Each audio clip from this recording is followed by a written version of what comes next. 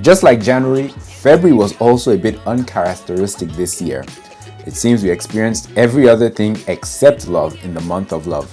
Here are the trends and stories that made news and headlines in February 2020. Coronavirus continues to spread. On Thursday, February 27th, the Ministry of Health confirmed the first case of coronavirus, aka COVID-19, in Nigeria. The case is an Italian citizen who works in Nigeria and returned from Milan to Lagos on February 25th. The Minister of Health in a statement says the government is strengthening measures to ensure an outbreak is controlled and contained quickly if it were to happen. The coronavirus, which was first detected in Wuhan, China, spread into several countries in February as the death toll from the virus increased.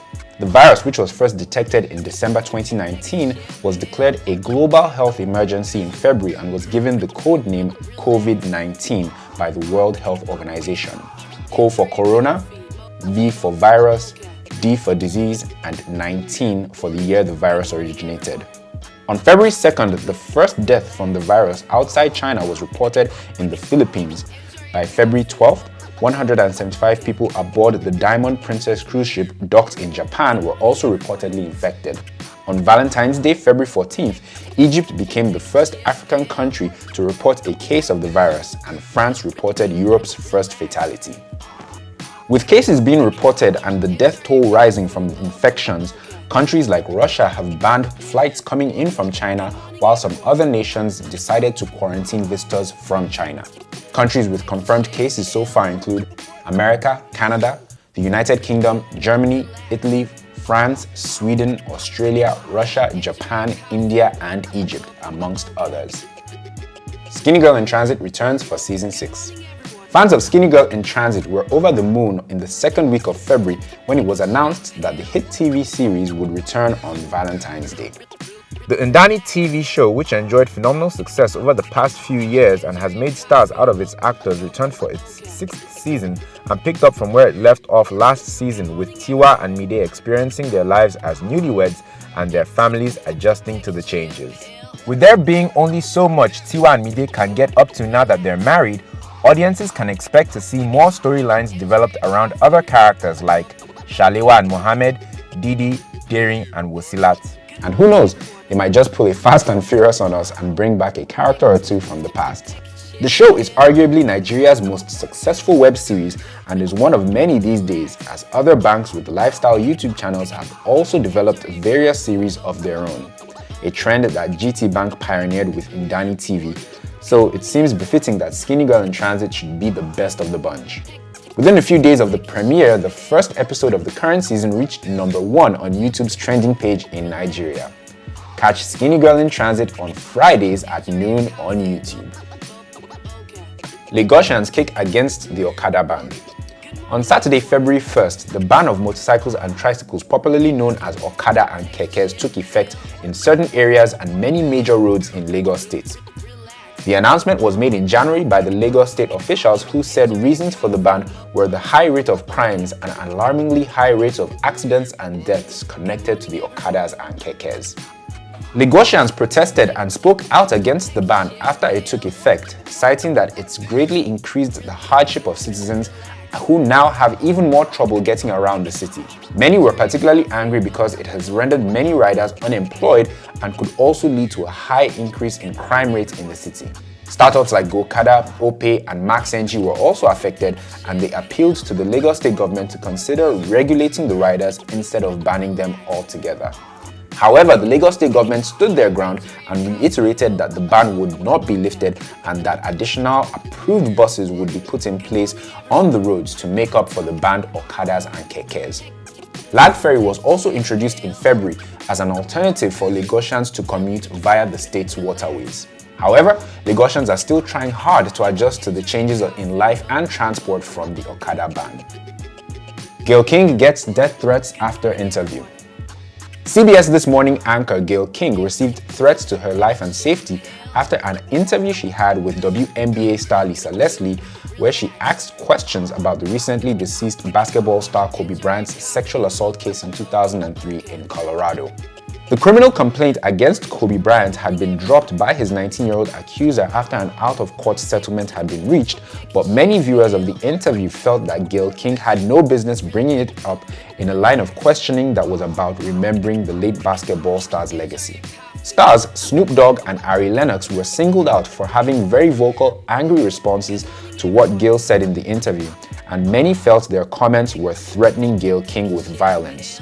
Both stars did come out later to, however, say that they did not intend to threaten the broadcaster.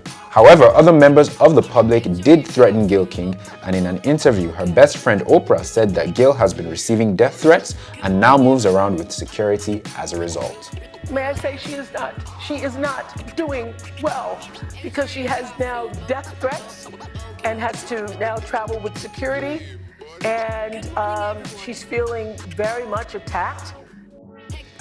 Stars pay tribute at Kobe Bryant's memorial service. On Monday, February 24th, almost 1 month after the fatal helicopter crash that claimed their lives and those of 7 others, a memorial service was held in honor of Kobe Bryant and his daughter Gianna at the Staples Center in Los Angeles. The service was attended by 20,000 people, comprising friends and family as well as thousands of fans who acquired tickets through a lottery. The ceremony, which was hosted by Jimmy Kimmel, had in attendance basketball luminaries such as Michael Jordan, Magic Johnson, Kareem Abdul-Jabbar, LeBron James, Steph Curry, Phil Jackson, Tim Duncan, and Lisa Leslie, to name a few. Michael Jordan and Shaquille O'Neal gave moving tributes and spoke about their friendships with the late basketball star. Beyoncé, Alicia Keys, and Christina Aguilera also performed songs at the service. Kobe Bryant's wife also gave a moving tribute to her late daughter and late husband and talked about the special bond that they shared as she fought back tears. God knew they couldn't be on this earth without each other. He had to bring them home to heaven together.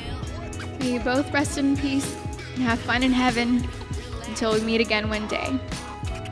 We love you both and miss you forever and always. Mommy. Before the service ended, Nat King Cole's Unforgettable played on the speakers, and the ceremony's MC gave a final charge to the audience to work hard and to hug the people they love. Kobe and Gianna Bryant were laid to rest weeks earlier on February 7th in a private ceremony in Corona Del Mar in California.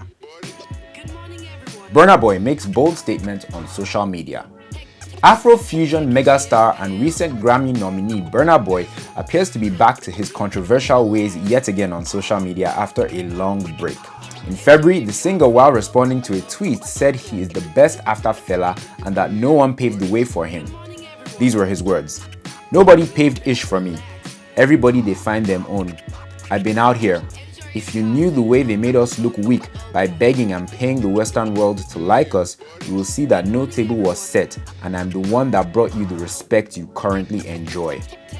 The tweet got Nigerians on social media riled up as many disagreed with Burna and named artists like Two-Face, D'banj, Wizkid and Davido, who had opened Nigeria up to the rest of the world before Burna got on the scene.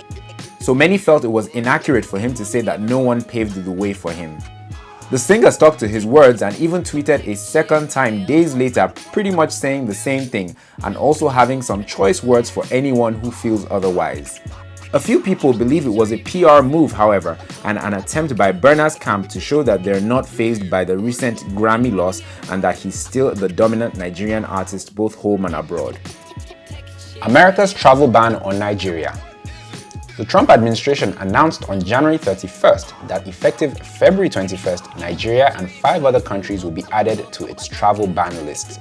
The restriction on entering the US now applies to travelers and migrants from Nigeria, Sudan, Tanzania, Eritrea, Kyrgyzstan, and Myanmar, according to the Department of Homeland Security.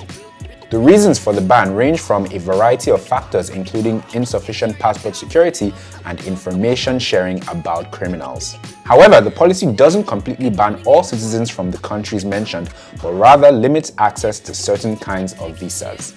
Nigeria is, however, working on getting off America's latest travel ban list, according to the Foreign Affairs Minister, Jeffrey Onyema, who said Nigeria aims to take corrective measures, and once all the criteria are met, Nigeria hopes to be taken off the visa restriction list. The public will be happy to note, however, that temporary visas for tourists, business people, students, and workers from the listed nations will not be affected. Friends returns to TV. On February 22nd, Jennifer Aniston sent the internet and even traditional media in a frenzy when she posted an old promo picture of the cast of Friends with the caption, "It's happening." And by it, Aniston was referring to a confirmed unscripted HBO Max reunion special which will air in May 2020.